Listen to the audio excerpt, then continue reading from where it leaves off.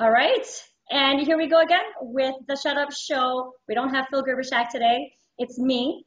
But I'm so excited to have our guest today, Meg Worden. Hi, Meg. Hi, Bernie. Thanks for having me. Oh, thank you. I'm going to tell everybody what happened right before this, okay? Okay. But for the last, let me look here, about 25, no, actually more, close to 30 minutes now, we've been trying to connect online. And Phil was here as well, but he had to catch a plane. So on top of Phil being crunched for time, we also had issues with Google, and then we had initial issues with Skype. And so now we finally made it work, and we are on Skype. So this is going to be actually our very first Skype conversation for the Shut Up Show. It's not going to be too different, but the difference is we won't have a live audience, which is fine. We end up not interacting with our audience anyway until a lot later on. So, Meg, I bet you're wondering why we chose you for the Shut Up Show. Sure. Yeah, I would love to know. I'm excited. Yeah. Well, actually, we're going to blame it on Matthew Kimberly. Matt was on our show the other month, and during the conversation, mid-conversation, he was telling us tips on how to get more clients. And while he was giving us a tip, he's like, well, Bernie, let's use you for an example. Let's say there's somebody I want to connect you to. He's like, who would I want to connect you to? And then he said, Meg Worden, right in the middle of our conversation. And he said, I'm making a mental note here. I'm going to introduce you guys after the show.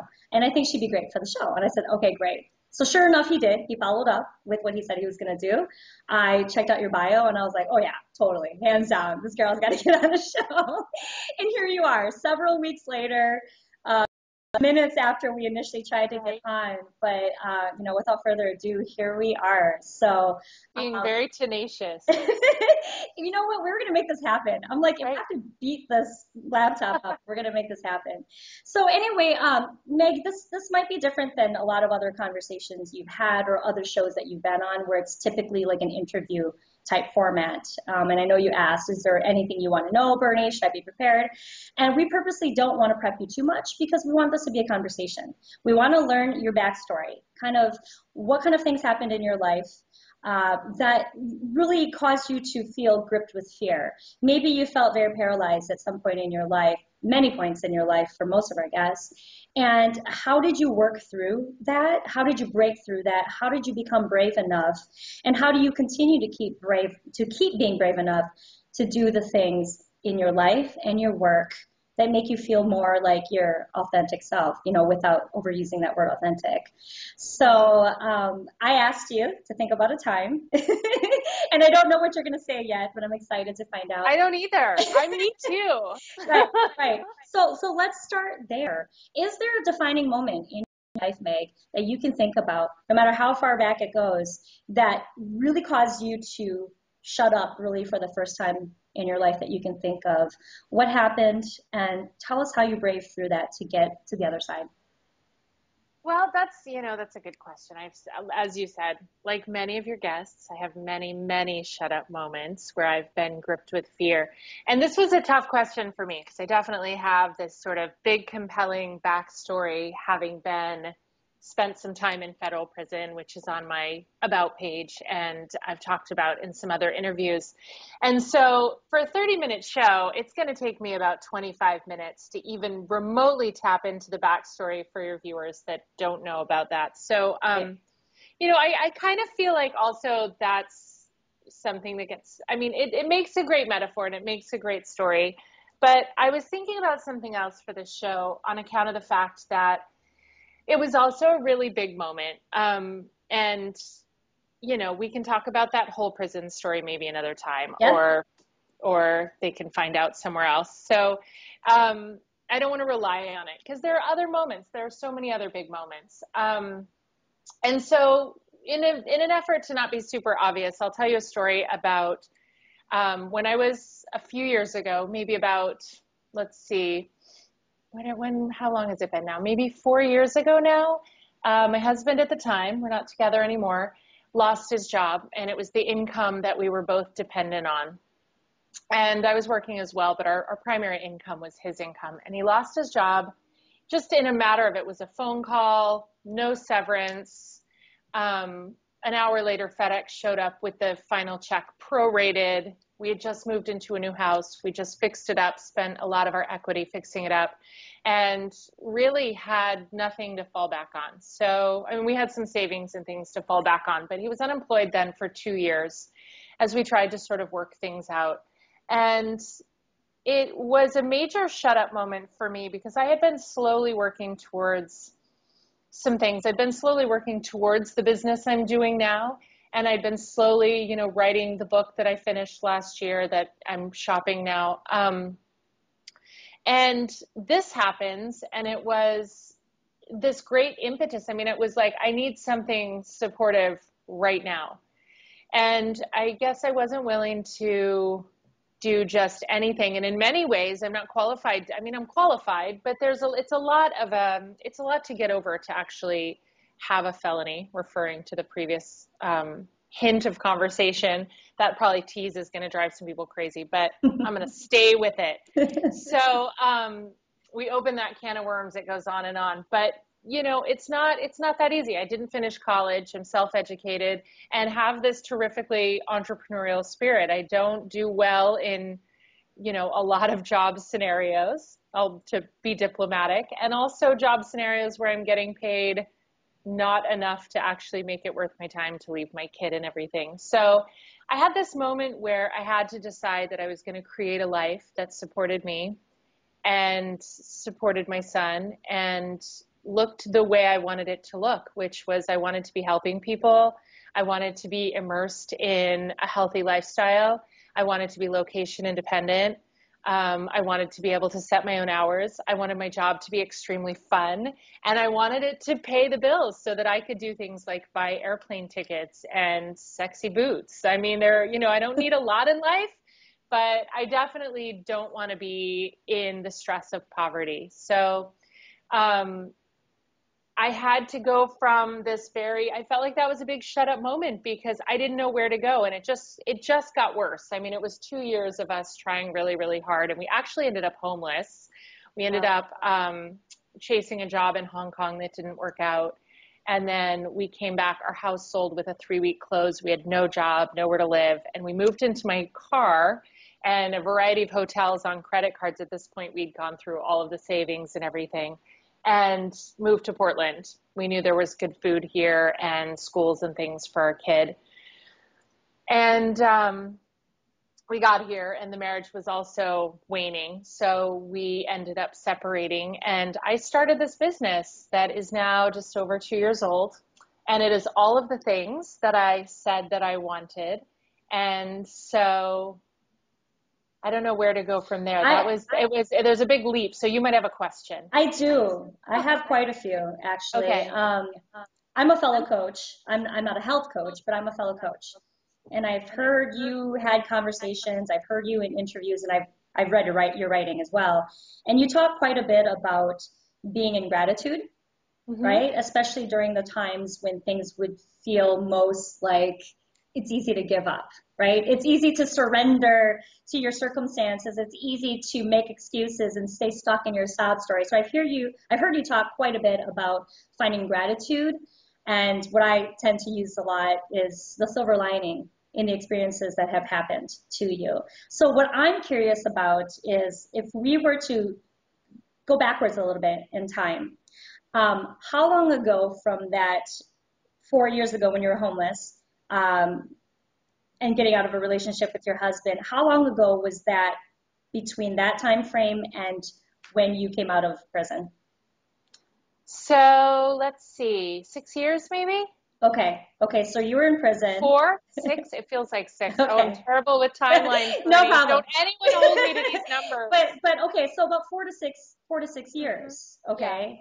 Yeah. And you already had a huge shut-up moment, getting incarcerated for drug dealing. I'm just going to put it out there because I'm sure people are going, what did she do? What did she do? I always forget to say, I carried ecstasy on a plane. Long story, I'll tell you all about it sometime. Right. Long story short, you're starting over. You're reinventing your life. It sounds like you had a really good idea of all the things that you wanted to have in your life. So you're building up this kind of lifestyle that you want to have. 4 to 6 years later, you're like, okay, I'm going to now finally build it. Like I've been working towards it, and now I'm it. Now I'm that thing. But then you, like I said, you have another shut up moment because you find yourself homeless. Right, You're getting right. out of a relationship. I'm sure there have probably been more than those two times, but take me through your mindset at the time. You must have been going, oh shit. I mean, come on. Federal Yeah. prison wasn't enough. Now this. Can you take us through that? I really want to understand That's that exactly what I was doing. mindset. Oh, good God. I was like, really? Really? Again, Really? I mean, the rug's getting pulled out from under me again. Yeah, I definitely went through a moment of feeling really, really victimized by whatever powers that be were victimizing me. Um, it took a lot of effort to turn that around. And it was something I learned in prison. I mean, this is all stuff I've learned through necessity. This is survival techniques. right, Human beings, just like I was in the marriage, slowly working towards these same goals. As soon as there was no job and there was no marriage going to happen, I mean, I put it together just like that. I yeah. mean, once you have to do something, you have to do it, or you don't have to do it. But I felt compelled, like I Well, don't I want to mean, compromise on a happy you life. either get defeated, right, or you defeat the Right. situation. So you have a chance Exactly, to fight, exactly. And right? I just don't want to compromise. I mean, I don't feel like living an unsatisfied, torturous life is even an option. Like, I feel like my time here is really sacred and really important. I feel like my child is really sacred and important. Right, And there's just no way I'm going to accept that I have to be unhappy while I'm here. right, So, or putting all of my energy into something that has nothing to do with me. right.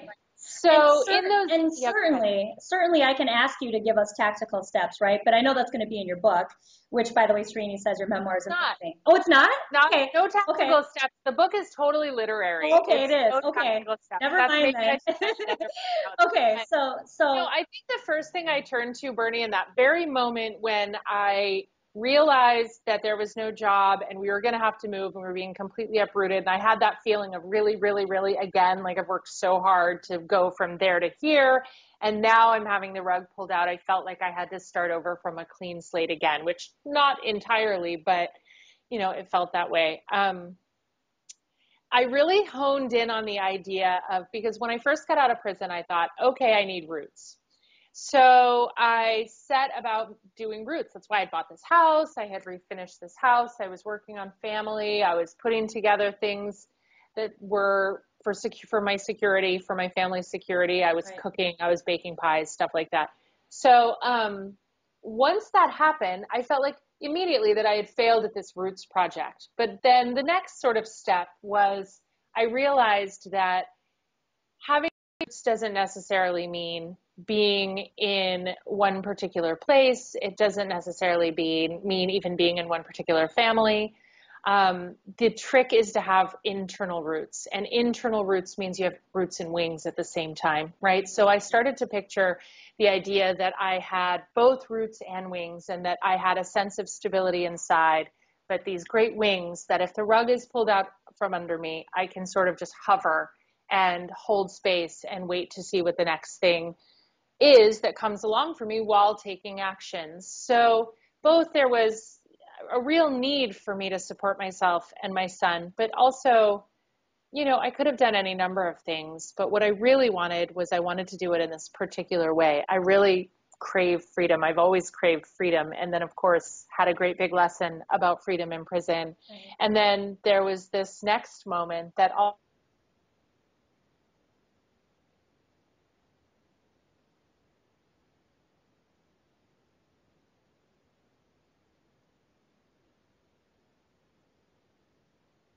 of freedom to go. And Right. so it was all, of course, I don't want to overuse meant to be, but it was all, or silver lining, I mean, this is hard work stuff. Of course, everything's for a reason, but it really is hard work to accept the fact that your problems are not actually that bad. They're not necessarily even bad at all. They're whatever it is that you're dealing with. When you get to the next level, you get to the next place that you think where your happiness is the next time when you make so much money or you're living in a certain place or whatever it looks like, you're going to have a whole nother set of problems, Right. Right. So Right. I've talked I about often being start. gratitude of your problems. Right. Yeah. Go ahead. Sorry to interrupt you. I'm hearing a lot of this because I have the tendency to do the whole, um,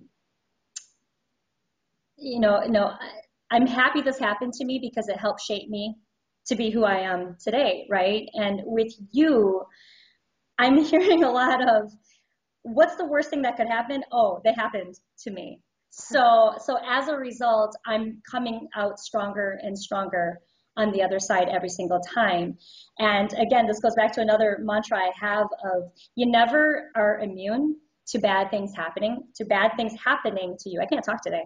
Um, Shit happens to all of us, but it's how you learn to handle these things every time they come. That's the difference. That's the biggest difference. So it's not preventing bad shit from happening. It's Right. learning how to handle it and closing that gap much Right. quicker And every maybe time it even comes. we don't call it bad shit. Like shit just happens, right? Exactly. Exactly. So, and it all depends. People, we can complain about any number of things. We could sit around and complain that the technology wasn't working for 30 minutes. We could have given up.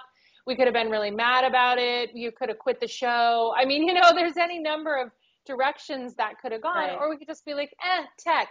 So Yeah. it just depends too on whether or not you assume your problems are bad or you assume that your problems it's just stuff that's happening. It's just there are obstacles in anything we have to do in life, Right. especially the things we think are really important. And if we stop and think about it, I mean, any given problems on any given day, like really, if we stop and think, what are my problems today? What are the things I'm dealing with? Some of them are pretty, serious, or things are at stake, big things are at stake. And there may be big fears or emotional triggers attached to them.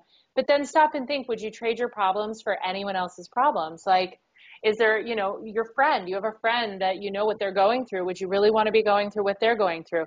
Generally, the problems that we're facing are the obstacles that are getting us on the path from here to where we want to be. So Right. they're good. They're the things that are, strengthening us and wiping off not wiping off, but like wearing down the sharp edges, so that once Absolutely. we get to the place we are, we're prepared for it. And if we view our problems like that and view our problems with a feeling of curiosity, because honestly, we don't know why a thing is happening. I mean, it's really easy to get mad. You get put in prison, it's really easy to either be really pissed off about it or be really doing what you think people want you to do, which is being super remorseful or whatever. There are these sort of habitual responses to certain stimulus, and we are really under no obligation to behave in a specific way Right. when our obstacles come to us, right? So it's actually generally not the expected way at all that is going to be the most lucrative. So when we're faced with some kind of obstacle, it really is, do we label it good or bad, or do we just get to action? So I think a lot of what we're getting to in the how-tos is the practice of just getting into action. Like, how much of the extraneous conversation about the obstacle can we edit out and just do it? Like, we Right. get up every day and we brush our teeth. I don't spend a whole lot of time thinking, should I brush my teeth today? Do I have time to brush my teeth today? Do I feel like it? I get up every morning, I go straight to the bathroom and brush Which my you teeth, have right? great teeth, by the way. Crazy big bright teeth. So I brush them. This is a commercial for flossing. So, Exactly. but can we approach everything else we do like that? Like, do I really have to have an hour of inner dialogue before I go out running, or before I go to the grocery store, or Right. before I deal with this homelessness issue? Like, whatever it is, how much time can we like, how much time do we waste between something happening and us getting into action about it? There's always something little you can do, and it always makes you feel better. Right. A question I've had for you that I've been wanting to ask you for a while now is, did you always have these, if you want to call them mindset strategies, were you always kind of built this way, or did you find, because maybe your answer is yes and no or both, or did you find that there were some certain role models or resources that you turned to from a very young age and that you continue to reach out to as you went through all the different experiences in life? And the reason I ask this is because I have found that when I connect the dots, finally looking back in my life, I used to tell people just 5 years ago, oh, I've never been this way. I'm new now. I'm assertive now. I'm confident now and everything. But then I look back and I go, no way. I've always been defiant. I've always been rebellious. I've always been opinionated, So take us through that. I would really like to understand kind of where did this Meg Worden come from and how did she evolve into who she is now? Or has she always been Right. this gal?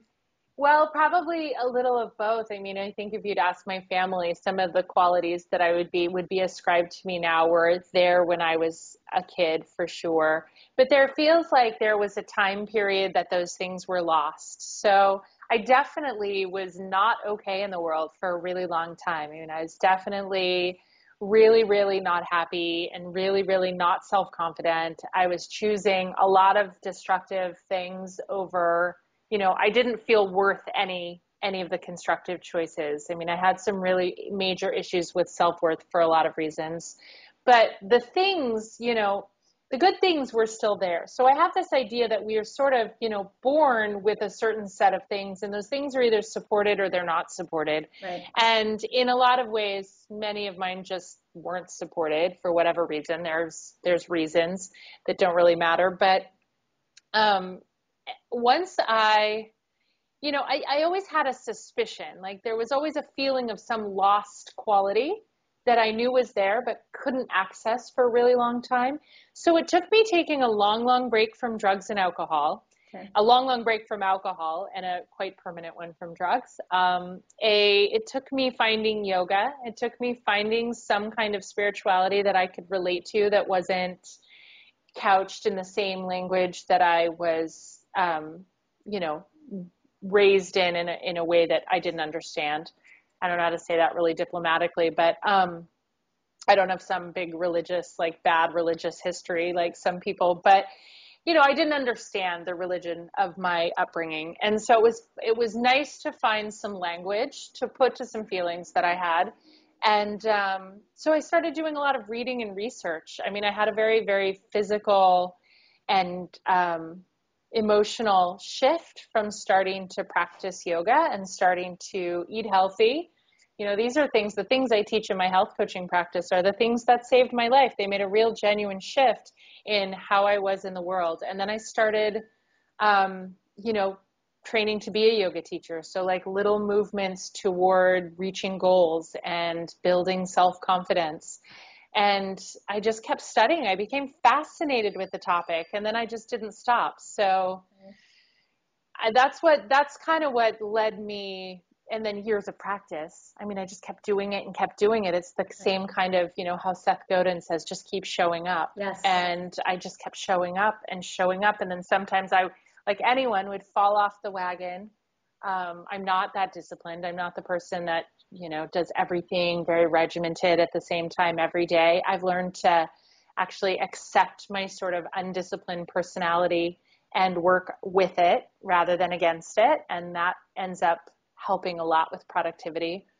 But that's it. I found help, I found a yoga practice, which brought me, it made my body strong and flexible and gave me a little room to think and a calm mind. And I just kept going, Bernie. I just kept going, kept reading, kept studying, kept talking to people, and kept practicing the idea that if I just did something I was afraid of, like if I was afraid of something and I would just do it anyway. Like I recognized that bravery, was not the lack of fear, but doing something even though you're afraid because you know it's right or because you really want the end result. And so enough practice of that, Right. and you get pretty good at it. Right, right. And it's hard, and I love that you brought that into the equation because it's hard to stop practicing something that has become routine, right? That has become habitual. So if you're practicing something that centers you, that makes you feel good internally and physically, because you look fabulous, and I'm sure it's because you're eating right and you're probably doing a lot of fitness related stuff that's really healthy for your body and spiritually too, in terms of yoga and meditation. So the more you feel good on the inside, the more you'll exude that on the outside. And you'll just, I always call it like pouring out, right? You pour out with so much self-love that people can't help but, look at you. And there's that quote by Maya Angelou. She said, don't make money your goal. Instead, pursue the thing that you love doing and do it so well that people can't take their eyes off of you. Yeah, I love that one. Yeah, yeah. Yeah, So absolutely. that makes me kind of think about you because you weren't saying, "Oh, it was an overnight success. Boom, I went from prison to health coaching," right?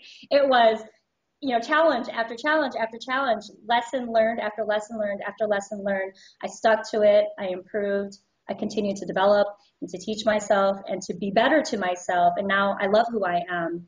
And people can't help but watch that and want to love themselves too and learn from all of the, and I hate using the word mistakes because I don't think it's a mistake, but all the lessons learned, Yeah, right. right? And now you can carry that into Challenges it. overcome, maybe. Yeah, Yeah, yeah. right. But now it sounds like you carry that into your practice today. So what I would like to get to, which I don't always get to with all of our guests, is tell us what you are doing in your practice. Very specifically, like who are you helping and how are you specifically helping them? It's so cool. So I mostly help people that are, most of my clients have their own business or are in a pretty serious career. Some of them have side projects going that they would like to transition into. All of them deal with some kind of emotional eating. My clients have a really high intelligence when it comes to what they should be doing. They all know their way around a Whole Foods market. Generally, they're overeducated and they're at the point where all of the contradictory information is just stressful. And so they're really ready to make a real change. So when I work with clients, it's not any kind of a fast weight loss or super cleanse or anything like that. We're really getting into the deep stuff and figuring out what parts of their life they're starving in and how that's playing out on their plate, or like what's eating at them and how that's playing out on their plate. So we get really metaphorical and we're doing the big work so that they have long-term sustainable change. What I really want for my clients is freedom. I really want to see them turn off this constant tape that's playing that they're doing everything wrong when it comes to their health, beating themselves up when they should be enjoying their food, and having a really spacious and gentle and less adversarial, if not at all, if totally peaceful relationship with food in their body. I mean, food is like super cool. It's delicious. We get to eat it and enjoy it. And it's just amazing how many people are with their food ingesting guilt and shame and stress. And honestly, the best thing we can do for our health is edit out the stress. And when the stress is intrinsically wrapped around everything they eat, then they're not being properly nourished. So I'm trying to get people to do, what you're talking about, that pouring out. That's that sort of compelling piece to help them find the ease of being, be easy in their body, take such good care of it that they're just radiant and that everything all of a sudden becomes a little bit easier. They're in flow. People are attracted to what it is they have and it becomes easier. It's that piece that's, it's easy to teach people how to sell or market or write, or there's skills you can do when you have your own business. It's much more difficult to teach people to be magnetic or compelling, right? And I really feel like what I'm doing is that Right, right. It's so wonderful. through health. It's Yeah. so wonderful to hear your story, Meg, because we tend to bring on people on the show who have that, and this is not a bad thing, that backstory of I wasn't meant for corporate, and so I became an entrepreneur and started my own thing, and I love that. And what's so unique about your story that I really love, it's kind of like you defied the odds, like in everything. Like I'm talking life, career, health, relationships. I'm sure I haven't even talked to you about that, but I'm sure Yeah, that that's the whole that story. played a part in it, But it's like you defied the odds in every aspect of your life. You came out on the other side stronger, and now you're helping people as, a health coach, health consultant. But when we hear the word health, we're not necessarily talking about nutrition and fitness. We're talking about mindset, right? We're talking about handling the emotional aspect of living and working in concert with being balanced and being happy and more fulfilled and more joyful in life. And coming from, I don't even know what to call you. I mean, are you a felon? Is that what we call you? I mean, You can seriously, call like, me. I mean, I I am don't.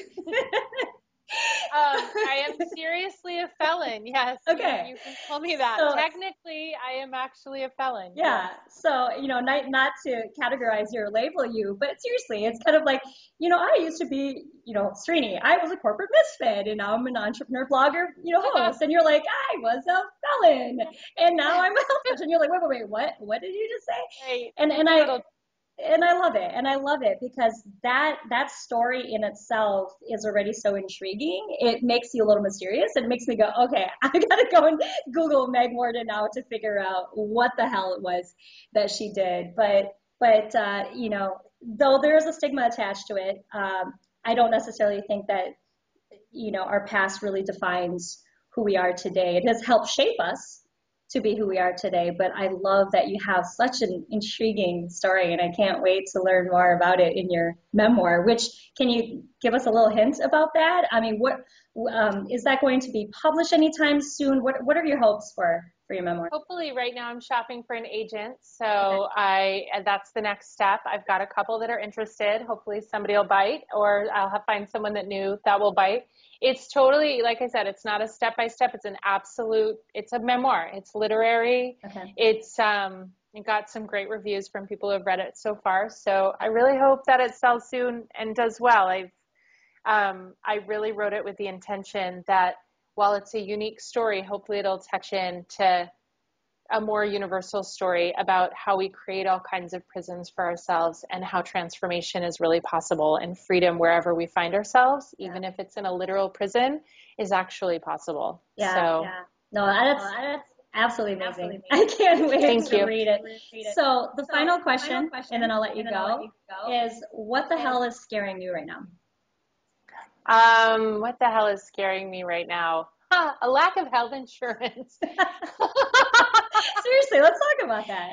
The healthcare situation in the U.S. is terrifying to me. I just recently actually had a kidney infection, which Oh, no. we talked about on the internet, and it's terrifying. You kind of go along. I don't have health insurance. My son does through our state, but that's what's scaring me right now. I would really like to see some strides made in accessible and affordable health insurance because, man, one illness or broken bone will just knock you out. Right. So that actually is causing me a great deal of grief at the Okay. moment because I just got sick. So it's Yeah. like, oh, self-pay and Yeah. I have to figure it all out. Yeah. So what are your steps for getting through that? I mean, other than changing our health insurance policies and programs, but Right? but how are you then maybe preventing illness, or how are you working on yourself so that you can try to mitigate some of, you know, Well, I do all of the healthy things. So, I still get sick, but I do all of the healthy things. So I take good care of myself and hopefully that mitigates it. I also think that when we take action towards a thing, it helps reduce the psychological fear of it. So, having been sick the last week and having had that fear come up, to overcome that fear, obviously sitting around worrying about the healthcare crisis is not in service to anyone. So, I have been taking action. I'm taking very specific actions to take care of my health and to get my health back.